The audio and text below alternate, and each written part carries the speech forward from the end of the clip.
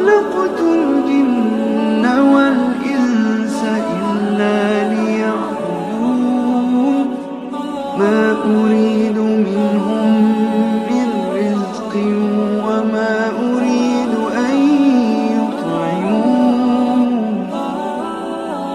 إن الله هو الرزاق ذو القوة المتين.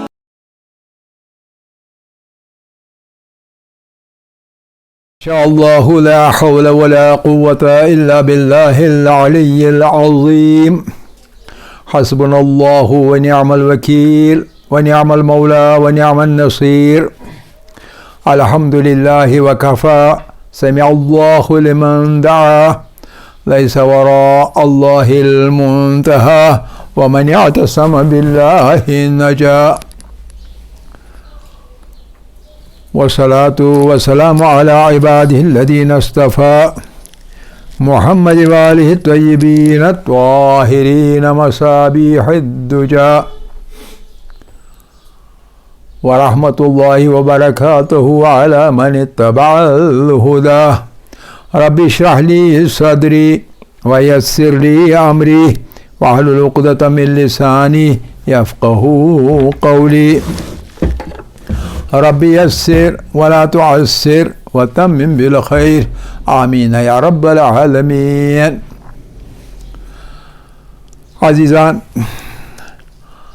ہم نے قبلے کے احکام کے بارے میں بحث تمام کر لی. آج ایک اور مسئلے کے بارے میں بات شروع کریں گے. معلوم نہیں آج ختم ہوگی یا کب ختم ہوگی، تو آج شروع کرتے ہیں. اور یہ بات ہے، یہ بحث ہے نماز گزار کے لباس کے بارے میں. نماز گزار کا لباس، اور کہیں کہیں لباس کے ساتھ بدن بھی. بدن اور لباس، بدن اور لباس، اس کے بارے میں بحث. اس کے بارے میں 5 چیزیں ہیں جس محور میں ہمیں بات کرنی ہوگی. ایک ہے شرائط. اس کی شرائط کیا ہے؟ شرائط کیا ہیں نمازی کے بدن اور لباس کے؟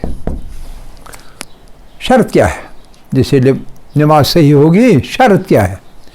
شرط یہ ہے کہ دونوں چیزیں پاک ہوں. نمبر 1 پاک ہوں. پاک ہوں یا پاک ہو. بدن کی بات کریں گے تو بدن پاک ہو، لباس کی بات کریں تو لباس پاک ہو. نمبر 1. اور نمبر 2، بدن کے مباح اور غصبی ہونے کی بات نہیں ہے، لیکن لباس کے مباح اور غصب یعنی مباح ہو. کون سی چیز مباح ہو؟ لباس اور بدن یا خالی لباس؟ ہاں، خالی لباس مباح ہو. ایسا کہہ سکتے ہیں کبھی بدن بھی مباح نہ ہو، کیا پتہ حلال زیادہ ہے، لیکن وہ خدا کے ذمہ ہے، آپ کے اور میرے ذمہ نہیں ہے. لہذا مباح ہو یعنی لباس مباح ہو. اور تیسری چیز حرام گوشت. حرام گوشت جانور کے اجزاء میں سے نہ ہو. حرام گوشت جانور سے نہ ہو. اور چوتھی چیز حلال گوشت کے مردار سے نہ ہو. حلال گوشت کا مردار نہ ہو، میتا میت نہ ہو. اور 5ویں چیز کہ مرد کے سلسلے میں مرد کے لیے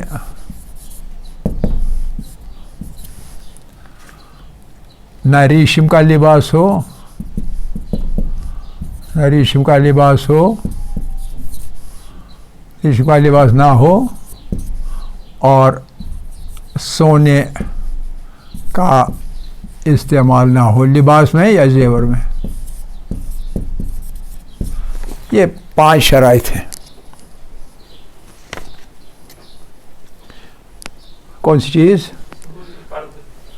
5واں مرد کے لیے یہ کہ ریشم کا لباس نہ ہو، نمبر 1 ریشم کا لباس مرد پر حرام، اور نمبر 2 یہ کہ سونے کا استعمال نہ ہو، سونے کا استعمال یعنی لباس میں سونے کی تاریں نہ ہو، جیسے اس کو کہتے ہیں نا وہ کڑابوت، سونے والے تاروں کا دھاگا، وہ استعمال نہ ہو۔ آپ نے ایسا مفلر نہ پہنا ہو جس میں سونے کی وہ کلاکاری کی گئی ہو وہ لباس میں، اور زیور نہ ہو۔ آج کل آپ لڑکی والوں سے بیچاروں سے مانگ کرتے ہیں کہ مجھے سونے کی انگوٹھی چاہیے، اور ہو سکے تو سونے کی گڑی میں سونے کا کور ہونا چاہیے، تو سونا حرام ہے مرد پر، تو لہذا وہ نہ ہو، ورنہ نماز کیا ہو جائے گی؟ باطل ہو جائے گی۔ اب اس میں بحث ہے، اور بحث کیا ہے؟ ہم اسے 2 حصوں میں بانٹیں گے بحث کو 2 حصوں میں بانٹیں گے۔ ایک لیں گے یہاں سے، اور وہ لیں گے نماز باطل ہے، نماز باطل ہے،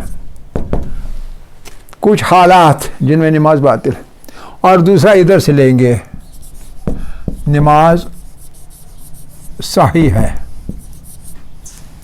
تو لہذا ہم نے یہاں یہ یوں لائن کھینچی، اور لائن کھینچنے کے بعد اس کو بیچ میں ایسے بانٹ لیا، تو یہاں 4 چیزیں، نمبر 1، نمبر 2، نمبر 3 اور نمبر 4، اور یہاں صرف 3 چیزیں،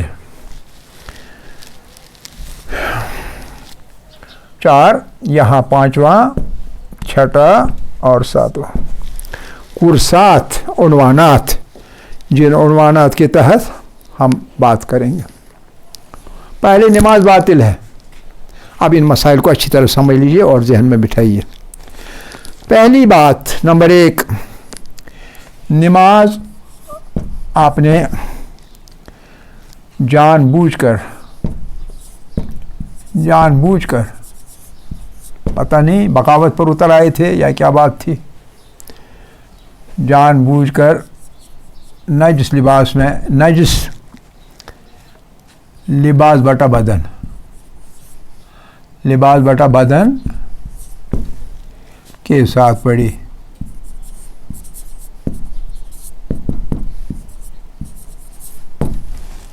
آپ نے نماز پڑھی لیکن بدن میں نجاست تھی یا لباس میں نجاست تھی، اور جان بوجھ کر آپ جانتے تھے پھر بھی نماز پڑھی۔ کمال ہے نا؟ ایسے کمال کے دانے کبھی کبھی ہوتے ہیں۔ جان بوجھ کر آپ نے نماز پڑھی اور جانتے تھے میرا یہ والا لباس جو ہے نجس ہے، یا بدن ادھر والا نجس ہے، وضو وغیرہ کیا، بعد میں یہاں خون آیا تو میں نے رہنے دیا، میں نے کہا وضو تھا جو میں نے کیا، خدا کے پاس موجود ہے، اب اس کو بھی نہیں، اس لیے کیا دھونا، کوئی پرواہ نہیں، سوچ لیا ایسا۔ تو جان بوجھ کے آپ نے نجس لباس اور بدن کے ساتھ نماز پڑھی۔ حکم کیا ہے؟ حکم اوپر لکھا ہے، نماز باطل، نمبر 1۔ نمبر 2، آپ نہیں جانتے ہیں، نمازی نہیں جانتا ہے، کیا نہیں جانتا؟ کہ نجس بدن بڑا لباس میں نماز باطل ہے، اسے حکم معلوم نہیں ہے، اس کو پتہ ہی نہیں تھا کہ بدن، اور شرط یہ ہے کہ بدن اور لباس پاک ہو۔ یہ نمبر 1 کی بات ہو رہی، باقی بعد میں آ جائے گا، فی الحال نمبر 1 کی بات ہو رہی، شرط نمبر 1۔ اس کو معلوم نہیں تھا کہ شرط ہے کہ آپ کا بدن اور لباس پاک ہونا چاہیے، یہ اس کو معلوم نہیں تھا۔ بیچارہ میرا جیسا، بیچارہ، اور اس نے نماز پڑھی، اب کیا کرے گا؟ معلوم نہیں ہے، صحیح ہے کہ نہیں؟ پڑھ لی، تو حکم کیا ہے؟ نماز باطل ہے۔ اسے حکم معلوم نہیں تھا، سوال پیدا ہوگا کیوں نہیں معلوم تھا؟ آپ کو خدا نے عقل دی تھی تو مسئلہ کیوں معلوم نہیں کیا؟ آپ جاہل مقصر رہے، جاہل مقصر۔ آپ کی طاقت میں تھا کہ آپ مسائل پوچھتے، کہیں جاتے کسی کے پاس، فَاسْأَلُوا أَهْلَ الذِّكْرِ إِن كُنتُمْ لَا تَعْلَمُونَ. تو آپ نے کیوں معلوم نہیں کیا؟ آپ کا قصور ہے، اس لیے آپ کی نماز باطل ہے. جیسے ہمارے یہاں تعزیرات ہند میں موجود ہے، ignorance of law is no excuse. آپ قانون نہیں جانتے ہیں، یہ ہماری چٹھی نہیں ہے، آپ کی چٹھی ہے. کیوں قانون پتہ نہیں؟ ignorance of law is no excuse. اس کی بنیاد پر آپ کو معافی نہیں دی جائے گی. نہیں، لا اپنا کام کرے گا، قانون اپنا راستہ بنائے گا اور آپ کو سزا ملے گی. اور سزا یہ ہے کہ نماز آپ کی باطل ہے، نئے سرے سے پڑھنی پڑے گی. نمبر 2. نمبر 3، چونکہ آپ کو مسئلہ معلوم نہیں ہے، مسئلہ نہ جاننے کی وجہ سے، نہ جاننے کی وجہ سے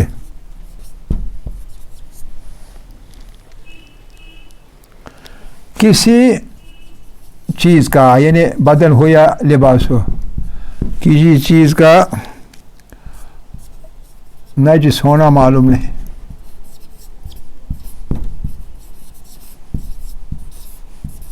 آپ کو پتہ ہی نہیں ہے کہ نجس ہے یا نہیں ہے. یعنی آپ کو نجاست کے بارے میں بھی کچھ پتہ نہیں، کتنی نجاست ہیں، کس کس چیز سے نجس ہوتا ہے، وہ مسئلہ نہیں معلوم. کسی چیز کا نجس ہونا معلوم نہیں، یہ نجس ہے یا نہیں ہے. پہلا تھا کہ آپ کو معلوم ہے نجس ہے یا نہیں ہے، یہ والا اس سے مختلف ہے. یہ والا ہے کہ آپ کو مسئلہ معلوم نہیں ہے. کون سا مسئلہ؟ نجاست کون کون سی ہیں. جب وہ معلوم نہیں ہے تو اس لیے آپ کو کسی چیز کا نجس ہونا بھی معلوم نہیں. آیا بدن نجس ہے یا لباس نجس ہے؟ دو میں سے ایک یا دونوں، یہ بھی معلوم نہیں ہے. تو اس لیے آپ نے نماز پڑھ لی. گویا آپ پہلے سے بھی گئے گزرے، سمجھ رہے ہیں نا؟ تو لیکن آپ نے نماز پڑھی.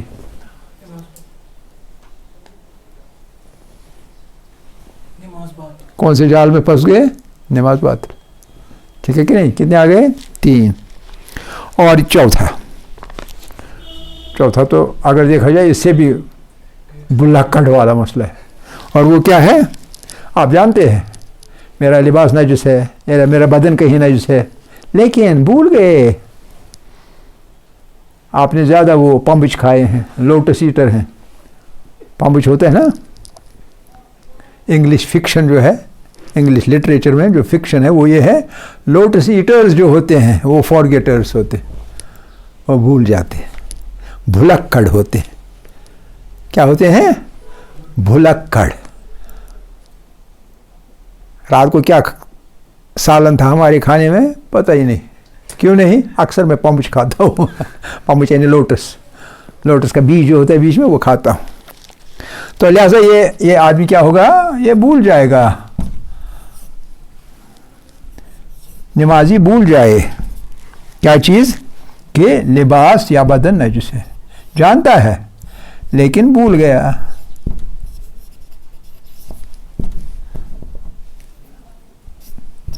نجس ہے، جانتا تھا، وضو بھی کیا، نماز شروع کر دی، نماز کے دوران یا نماز ختم کرنے کے بعد یاد آ گیا. پھر دوران نماز تیسری رکعت میں تھا، اوہو میرا پاجامہ تو نجس تھا، اوہو میری انگلی تو نجس تھی، بائے بائے میری گود میں میرے بچے نے پیشاب پھیرا تھا. واہ واہ. اور دورانی نماز یہ اس کی بدقسمتی ہے کہ دورانی نماز یاد آ گیا. بہتر ہوتا کہ نماز کے بعد یاد جاتا. دورانی نماز یا نماز کے بعد، یہ بہتر ہے. نماز کے بعد یاد آیا. کیا یاد آیا؟ کہ بدن میں یا لباس میں نجاست لگی ہے. یاد آ گیا. لیکن کہتے ہیں اب پچھتائے کیا ہوت جب چڑیاں چگ گئیں کھیت. اب تو چڑیاں کھیت چگ گئی تھی، اب اس کے پچھتانے کا کیا فائدہ؟ اب یاد آ گیا اس کو، اس کا کھیت چڑیوں نے صفا چٹ کر دیا تھا، اب اس کو یاد آ گیا، تو سزا کیا ملے گی؟ نماز باطل۔ سزا اوپر مشخص ہے، اب یہ ہے ایک حصہ، اب دوسرا حصہ جہاں نماز صحیح ہے، وہ حصہ کیا ہے؟ نمبر 5، معلوم نہیں تھا، نہ معلوم بدن یا لباس نجس ہے، یہ اس کو پتہ نہیں تھا، بعد میں پتہ چلا، بعد میں پتہ چلا، اس کو معلوم نہیں تھا بیچارہ، اس کا قصور نہیں تھا، اس کا قصور نہیں تھا، لیکن بعد میں پتہ چلا، نماز ختم کرنے کے بعد پتہ چلا، کسی نے کہا یہ آپ کے لباس میں کیا لگا ہے؟ اوہو یہ کیا لگا ہے؟ خون یا کچھ اور ہے؟ تو پہچان لیا نہیں، یہ یا تو خون ہے یا وہ چیز ہے، یہ چیز ہے، نجاست کا پتہ چلا، یا یہ کہ گیلا ہوا تھا، یہ گیلا کیسے؟ وضو کے دوران پانی پڑا یا کس چیز سے پانی پڑا؟ تو جا کے اپنے گھر میں چلا گیا، کہا پتہ نہیں یہاں کیا ہے، تو بیوی نے، بیٹی نے، کسی نے یاد رہا، ارے بچے نے وہاں پیشاب پھیرا تھا نا، پاخانہ نہیں بلکہ پیشاب پھیرا تھا، یہ گیلا اسی وجہ سے، گویا نماز کے بعد میں پتہ چلا کہ نجس ہے، نتیجہ نماز صحیح ہے، نماز باطل نہیں ہے، ٹھیک ہے؟ لیکن یہاں ایک مسئلہ ہے، اگر وقت کافی ہے، اگر وقت باقی ہے اور کافی ہے، باقی بٹا کافی ہے، باقی بھی ہے اور کافی بھی ہے، تو احتیاط مستحب، احتیاط مستحب کیا ہے؟ کہ نماز کا اعادہ کرے، اعادہ کرنے یعنی نئے سرے سے پڑھے، احتیاط مستحب ہے، لیکن کب؟ جب وقت کافی ہو، ابھی اولی وقت اس نے یہ نماز پڑھی تھی، نماز صحیح ہے، لیکن وقت بہت ہے، اولی وقت کے بعد بہت وقت ہے، اس لیے ممکن ہے وہ نئے سرے سے پاک لباس میں یا پاک بدن کے ساتھ نماز پڑھے، لہذا احتیاط مستحب ہے کہ نماز کا اعادہ کرے، ورنہ نماز صحیح ہے، ٹھیک ہے؟ یہ پہلا مسئلہ۔ دوسرا مسئلہ یعنی چھٹا، بدن یا لباس کے پاک بٹا نجس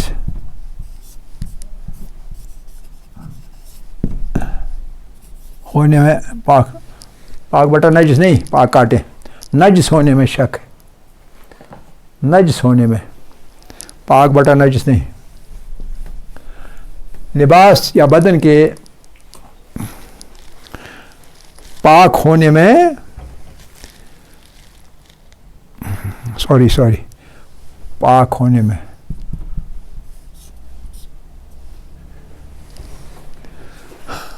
لباس یا بدن کے پاک ہونے میں شک ہے، پاک ہونے میں شک، پاک ہے یا نہیں، پاک ہونے میں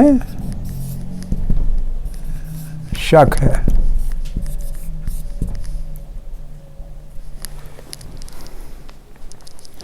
پھر نماز کے بعد پتہ چلا، نماز کے بعد وہ پتہ چلا نہیں پاک نہیں تھا، بلکہ بعد میں پتہ چلا، کیا پتہ چلا؟